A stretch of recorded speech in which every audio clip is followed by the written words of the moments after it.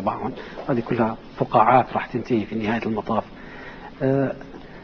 حطيت تسجيلين، واحد لشخص سوري يحمل جنسية سعودية، وواحد لامرأة. هي المرأة يعني إلى قصة فعلا أثرت فيني أنا حتى أنزلت دمعتي. يعني دخلت إلى تلك الغرفة في الاجتماع العام وليس في الخاص، فيها 2000 شخص، وهي بدها تعمل دعوة لهؤلاء الناس، تقول لهم نطلع بكرة مظاهرة، نرد للشعب السوري شيء من جمايله، لازم نطلع مظاهرة نحن وندعم الشعب السوري.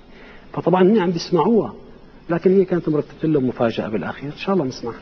يلا نسمع سوا الجزء الأخير من البالتوك، الغرف التي كانت تتم بها التخطيط لبعض الأحداث التي جرت في سوريا. نتابع معا.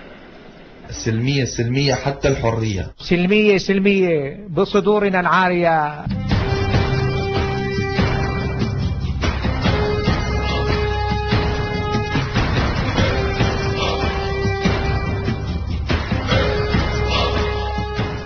أنا كسوري لا أوافق على وجود ثورة في السعودية، ولست مع وجود ثورة في السعودية. طبيعة البلاد تختلف، والسعودية دولة اصطفاها الله سبحانه وتعالى وجعلها ذات مكانة دينية، وجعل لها قدسية خاصة بوجود الحرمين فيها.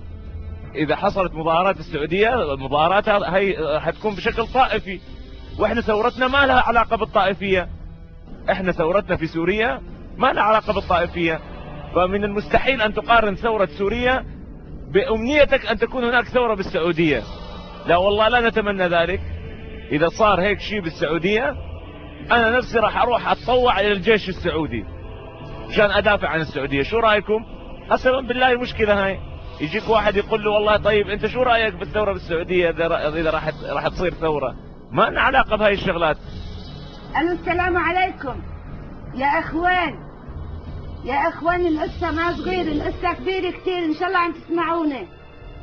أنا لبنانية يا أخوان، وأنا ما بنسى ولا حدا بلبنان بينسى كيف الشعب السوري حضرنا وحطنا بقلبه، وكيف كان يطعمينا قبل ما ياكل، وحتى الناس اللي بالشارع سواقين التاكسي طلعنا ببلاش. أكتر شعب ما في غير الوحيد بالعالم شعب أصيل وقف معنا وبمحنتنا، ونحن لازم نرد له الجميل، وان شاء الله ما بنحتاج نرد له الجميل باذن الله. انه سوريا اكبر من هيك، وسوريا ما عم بتطالب باكل ولا بشرب ولا حدا اشتكى. اقل بيت سوري عنده حواضر بكفي 6 اشهر. بس اللي بدنا نحكيه نحن يا جماعه لازم نتصرف. انه يعني في مظاهرة على بكرة ببرلين، بدهم يروحوا قدام السفارة، ونحن بندعي كل الإخوان اللي عم يسمعونا يروحوا معنا. يلي بده يرد الجميل لسوريا لو نقطة ببحرها يجي معنا، ونحن أهلا وسهلا بالكل. المهم اللي بدي لكم إياه، مثل ما سقط زين العابدين بتونس، ومثل ما سقط مبارك بمصر، الجزيرة والخونة اللي مثلكم رح يسقطوا بسوريا، لأنه سوريا الأسد وسرميته تاج على راسكم، والله محيي الأسد، أسد الأمة العربية كلها، ونحن كلنا وراه وكل. والله يا إخواني شوفوا، لا أنا عرفان. شوفوا بس ما في فايدة.